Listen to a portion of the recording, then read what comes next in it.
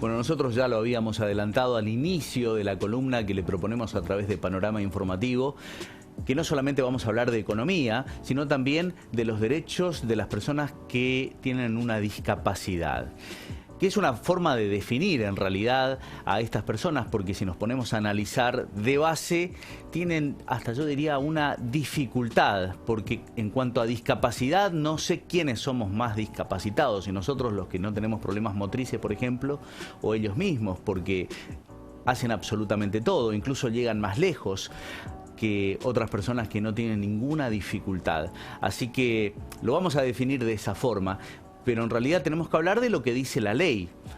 Se dice mucho en lo teórico, realmente mucho, pero en la práctica pasa muy poco, lamentablemente. Así que si usted tiene algún ser querido, algún familiar, algún amigo o alguien dentro de la familia que está pasando por esta situación, preste atención porque es muy importante. El cupo laboral obligatorio que deben prestar desde el Estado para las personas que están en esta situación. Sobre este tema vamos a hablar con el contador público Marcelo Talavera. Buenas noches, Marcelo. Buenas noches, Cristian. Muchas gracias de vuelta. No, por favor, es un placer para nosotros. Contanos de qué se trata esto. Un tema muy delicado, ¿no? Es un tema delicado, un tema sumamente importante que por ahí a mí ahora a esta altura de mi vida me toca un poco de cerca. Claro. La inclusión de las personas con discapacidad en un ámbito laboral. Si bien a nivel nacional existe una ley que establece un cupo para los puestos de trabajo en la administración pública, también no solo el Estado está obligado, sino también empresas privadas que, por ejemplo, prestan servicios públicos, ¿sí?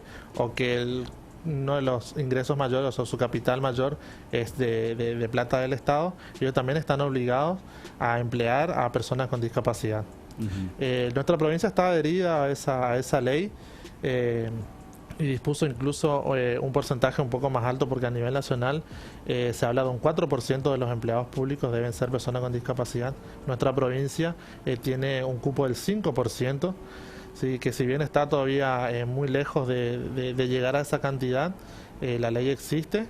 Y bueno, y es algo que realmente está muy difícil para nosotros poder incorporarnos. ¿Por qué, Marcelo? Porque bueno, en tu caso, por ejemplo, sos un profesional, con un contador público, sí, con un título universitario. Sabemos de muchas otras personas que también tienen una formación y bueno, sí, otros que no, pero tienen todas las habilidades para desenvolverse en un trabajo. Sí.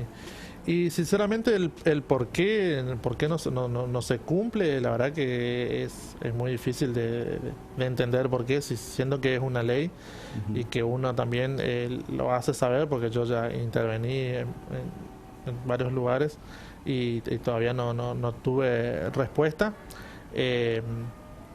Sabemos que yo lo que considero personalmente, si bien las personas con una discapacidad, o sea, estamos limitados, que no se vea por un lado como discapacidad, sino por ahí por las capacidades que nosotros tenemos. Exacto. Para desarrollarnos en un ámbito laboral. Si bien es difícil que por cierta condición o ciertas limitaciones, obviamente no podemos hacer todos los trabajos, pero sí se debe evaluar y se debe ver de forma individual en qué lugar nosotros nos podemos desempeñar o desenvolvernos de la mejor manera, que creo que cada uno tenemos, si bien estamos limitados físicamente, podemos hacer otro trabajo. En mi caso, por ejemplo, no voy a poder hacer un trabajo donde yo necesite trasladarme todo el tiempo. Exacto, o sea, sí, es sí, obvio. Bueno, pero tu formación también te habilita para hacer un trabajo de oficina, de exactamente, trabajos administrativos puedo hacer con total normalidad. Entonces, por ese lado, por ahí es un poco complicado entender el por qué no se aplica realmente. Ahora, también sé que hay beneficios para las empresas que cuentan con personal en esta condición. Sí, también es un tema que por ahí se desconoce también. Si bien las empresas, por ejemplo, unas empresas privadas que prestan un servicio público, como por ejemplo el transporte público, tiene una serie de beneficios a los que pueden acceder empleando a personas con discapacidad. Por así nombrar, tienen un tratamiento especial en el impuesto a la ganancia, pueden tener también una deducción en los ingresos brutos, ¿sí? También pueden acceder a créditos especiales para modificaciones, para adaptaciones, en caso de que el lugar no esté preparado para recibir a una persona con discapacidad. Pueden acceder a estos créditos especiales para que puedan realizar modificaciones y que nosotros nos podamos desempeñar de la mejor manera. También el tema de las obras sociales, están obligados, ¿sí?, a incorporar personas con discapacidad, y las ART, como suele pasar, muchas veces quieren cobrar un monto mayor por incluir a una persona con discapacidad. Ajá. Y no es así. O sea, debe incluirte las ART como un trabajador normal, en iguales condiciones que todo. No tiene un costo mayor o adicional. Esto es importante decir. Entonces, las ART no pueden cobrar eso. No pueden cobrar un extra solo porque la persona padece una discapacidad.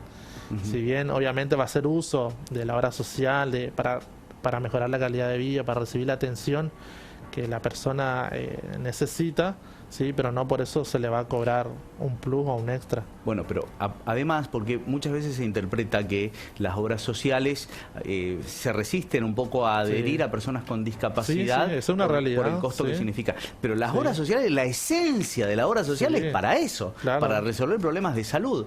Yo hoy justamente hablábamos fuera de cámara con Marcelo, bueno, hay una necesidad de hacer una planificación urbana, no solamente para las personas con discapacidad que hoy, por ejemplo, tienen una dificultad motriz.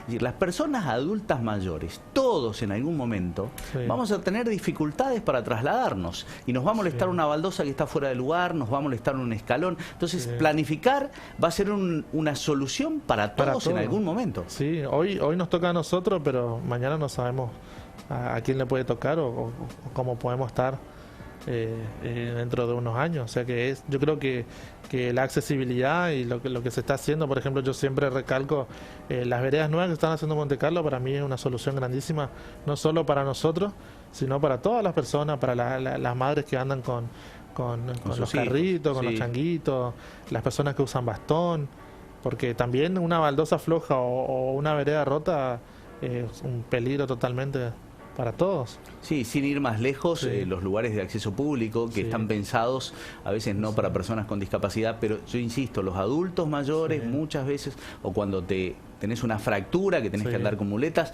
la incomodidad que significa poder trasladarte. Y ahí uno recién empieza a entender. Ahí uno se da cuenta, ¿viste? Los espacios públicos también están obligados a tener accesibilidad. Si bien tenemos muchas construcciones viejas que por ahí van a costar un poco adaptar, pero lo bueno es que todas las construcciones nuevas ya están pensadas, en su gran mayoría. Todo lo que se construye ahora ya viene pensado para las personas con discapacidad, en rampas, en baños, en barandas, en todo. Eso es buenísimo. Bueno, te voy a pedir que repitas nuevamente cuál es el porcentaje que establece la ley que tiene el Estado, incluso empresas privadas, tener en su planta laboral, y después los beneficios, para que eso se entienda también, que las empresas que contratan a estas personas tienen beneficios. Bueno, en la provincia de Misiones es del 5% de los empleados públicos.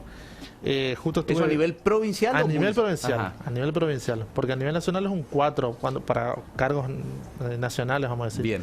Pero la provincia es el 5%. Yo entre que estuve informándome, leí que más o menos en nuestra provincia debe haber más de entre 1.000 y 1.500 personas con discapacidad trabajando, y en un censo que se hizo en el año 2019 había solo 19 personas trabajando que tienen el certificado único de discapacidad, que es uno de los requisitos fundamentales para poder acceder a un empleo.